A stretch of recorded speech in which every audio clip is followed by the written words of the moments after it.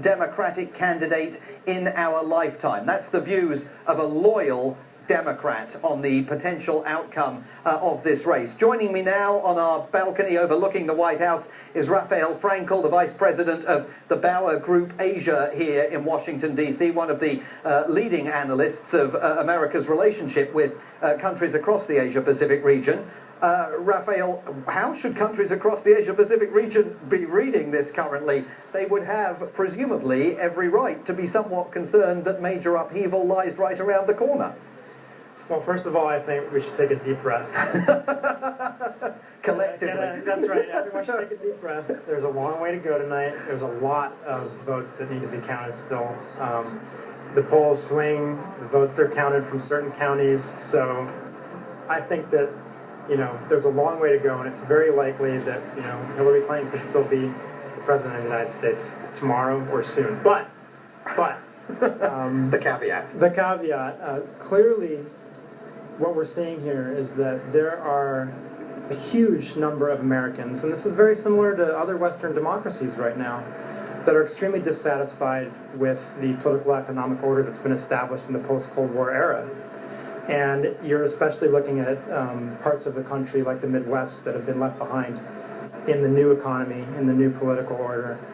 And they are registering an extremely strong anti-establishment vote. What that means for Asia. Clearly, something that's been in the news a lot during the election cycle that pertains to Asia is the Trans-Pacific Partnership. I think It's dead on arrival. I think that no matter what happens tonight, no matter who wins, you can clearly see that free trade agreements like this are not popular in the United States right now. So that means it is dead on arrival? I can't say whether it's dead on arrival or not. You never know what's going to happen in the lame duck session with the last couple months that President Obama has in office.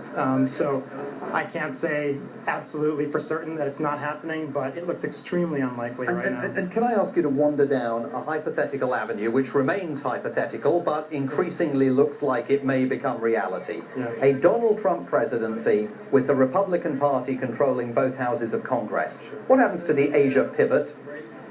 Absolutely no idea. And I say that because it's really unclear from the campaign that we've had so far what Donald Trump's positions on Asia are. He has largely been someone who hasn't really coherently projected what it means to be a president in terms of foreign policy in Asia. He's made references to NATO that has caused shivers in Europe about not maintaining old American alliances. If we project that out to Asia, Japan, South Korea, Philippines, Thailand. I mean, I'm not projecting anything here, but what I'm trying to say is, it's a total wild card. It's an absolute wild card. We'd have to look at who he appoints to key positions, like Secretary of State. We'd have to look at how powerful Mike Pence is as Vice President. And the one other thing I would say here. The United States is a democracy that's almost 250 years old. The institutions of this country are very strong, and there are checks and balances here, even with the Republican, controlled government. And there are a lot of Republicans in the Senate, in the House of Representatives, that do not see things Donald Trump's way. So I would say everyone should collectively take a breath. Not just about who will win the election tonight, but even if Donald Trump is elected, the apocalypse is not necessarily upon us here. Rafael Frankel, thank you very much indeed for joining us. The apocalypse is not necessarily upon us here, but the apocalypse at least is being discussed in Washington, D.C. More from us after the break.